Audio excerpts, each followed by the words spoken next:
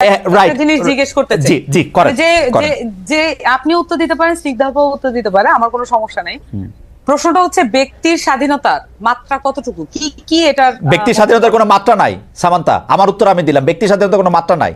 ব্যক্তি স্বাধীনতা দিয়ে বুঝবে একটা ক্রাইম করা পর্যন্ত আপনার জন্য সিআরপিসি আছে, পেনাল কোড আছে, এর বাইরে যদি সে কোনো কিছু করে সেটা আইনভাবে ব্যবস্থা নেবে।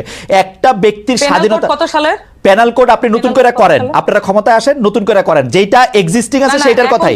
এখনকার পেনাল কোড কত সালের? এখনকার পেনাল কোড কত সালের মানে কি? পেনাল কোড তো পেনাল কোড, পেনাল কোডের তো প্রতিদিন কত সালের পেনাল কোডের মধ্যে অনেক চেঞ্জ আছে।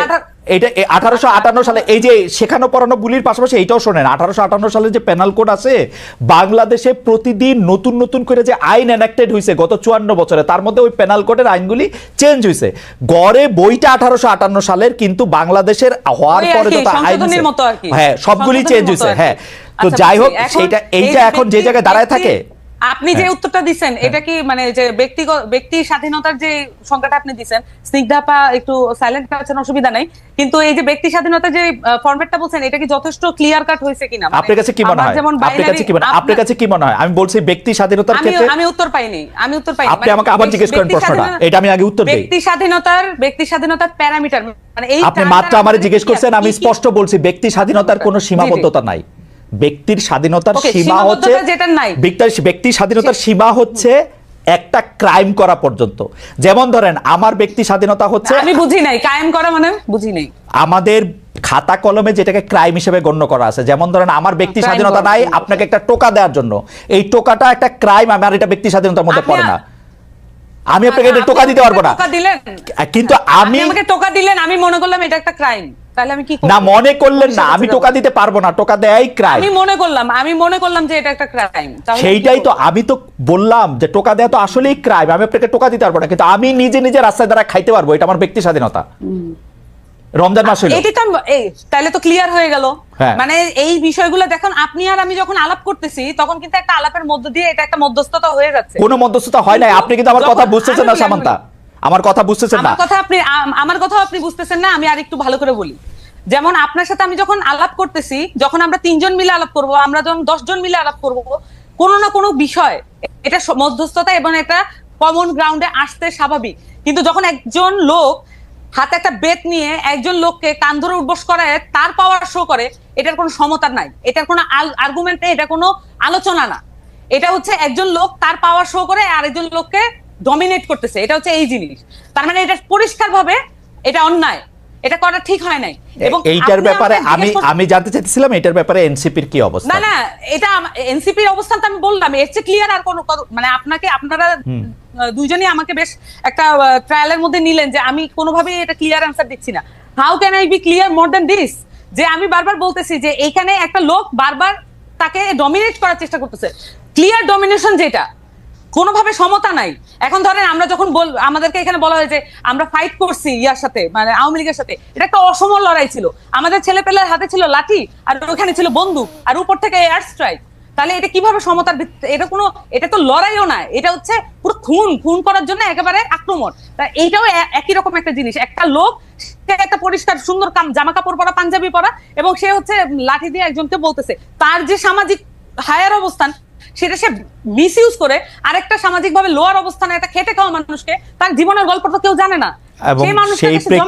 সেই প্রেক্ষিতে আমি জানতে চাইছিলাম যে এনসিপি রেস্টুরেন্ট খোলা রাখা, বন্ধ রাখা, কেউ এই ধরনের কাজ করানোর জন্য এটা সাপোর্ট করে কিনা? দুইটা সেপারেট জিনিস। হ্যাঁ খালেদ ভাই, এটা দুইটা সেপারেট জিনিস।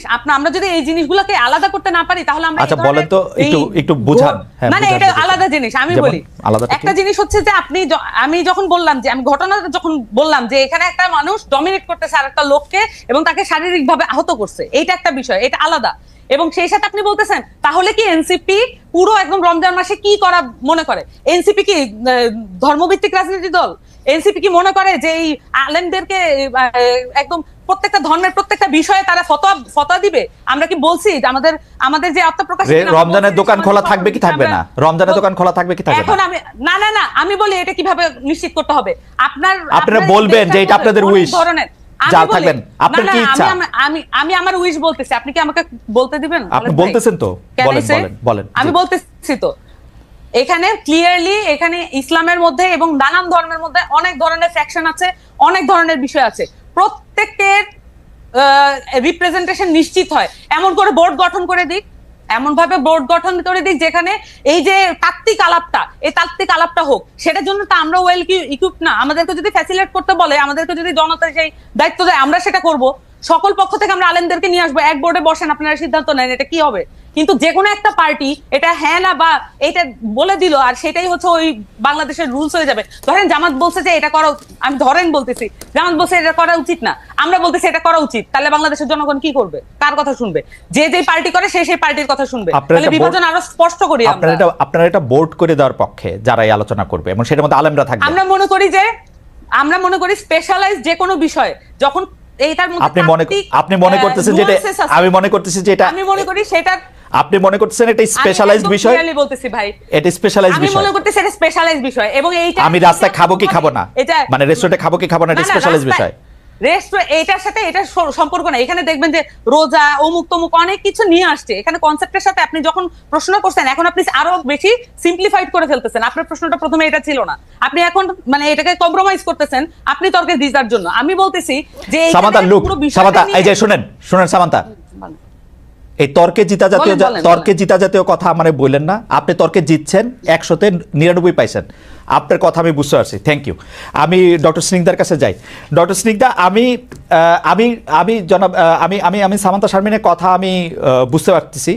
তারা বলতেছেন যে এই দায়িত্ব তারা কেন নিবেন, যে এই দায়িত্ব তারা যে একটা ঘোষণা করবেন। এটা আমি বলি নাই। আচ্ছা, আবার বলেন কি বলছেন। না না, আপনি থাকবে তার মানে আমার কথা আবার রিওয়াইন্ড করে দেখা যাবে না। আপনি এটা বলতেছেন না যে এই সিদ্ধান্ত এনসিপি দিবে না, আপনি এটা বলেন নাই? যে আমি বারবার বলেছি এনসিপির কাছে যদি জনগণ সকলে মিলে বলুক এনসিপি এটা সলভ করতে হবে, কিন্তু তা তো না। এক একটা পলিটিক্যাল পার্টি, এক একটা জনগোষ্ঠী এক একটা পলিটিক্যাল পার্টি করে।